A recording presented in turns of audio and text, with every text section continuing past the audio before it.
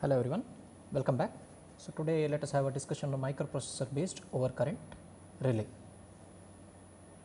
So let us have a look at the connection diagram.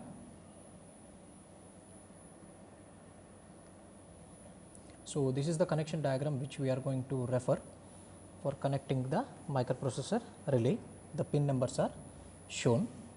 So before performing the experiment, there are certain things we are supposed to know what is the relay. So this depends on different manufacturers. So current relay, what they have done is instead of different digital input blocks, they have provided us the dip switches to select the characteristics and current ranges.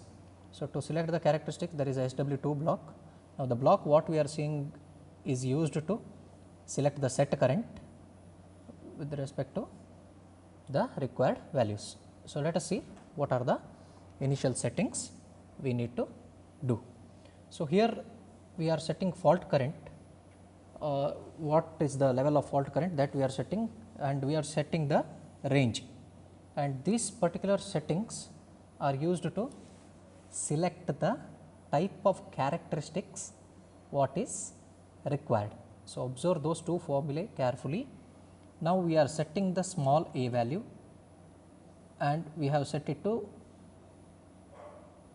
0.6, 0.3, R value we have set it to 2 and capital K value to 1.3, sigma T value to 0.6. So if necessary, pause and rewind and have a look at those formulas and see what exactly we are doing. So this is the SW1 block for selecting the R. You can see it is written in the pencil there, and what is the meaning of that, it is shown there, and SW2 block to selecting the value of K, that is what type of characteristics we need. So once again I am requesting, if necessary, pause and rewind and watch those calculation sheet or refer the manual and have a look at the settings. So now once we have done the required initial settings, we will switch on the relay.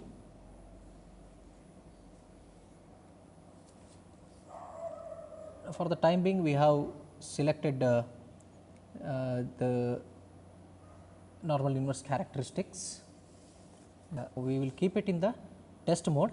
We press the reset button and we set the required fault current value. So now our set current is approximately 0.9 amperes, and we will see what should be our fault current value. So fault, since this is a overcurrent relay, the injecting fault current should be more than that of the set current. So now we will keep it in test mode and start. So for the set current of 0.9, we are injecting a fault current of 1.5 amperes.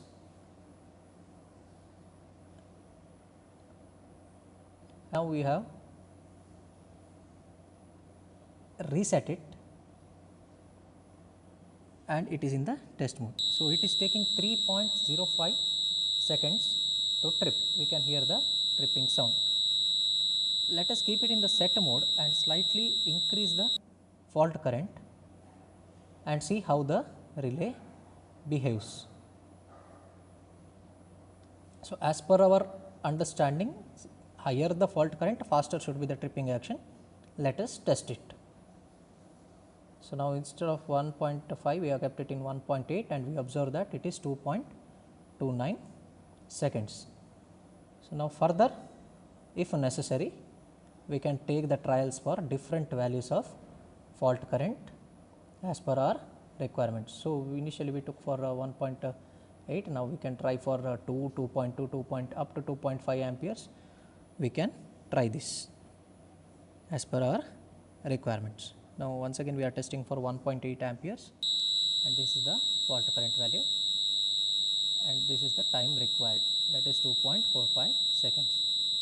Now further we can do different types of experiments using this relay. We can select different characteristics, different time multiplier settings as per our requirement. So now we are altering the k value, that is by changing the characteristic what is required. So, initially we used a normal inverse, now we will change the characteristic and see how does the relay behave for the required characteristic.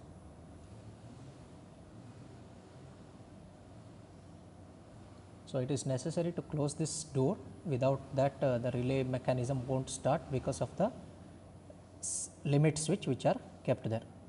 So, now once again we are testing it for the same values of current, that is initially what we kept around 1.5 amperes with the different characteristics. So, we observe now the time required is more than what was there in the initial case. There we might have got around 3.5 seconds, now we are getting 7.14 seconds. Let us test the same for a higher value of current, that is 1.8 amperes. We have set it now. We will reset the relay and we will keep it in the test mode.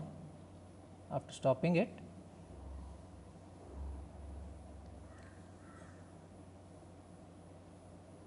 so we will keep it in the test mode and start.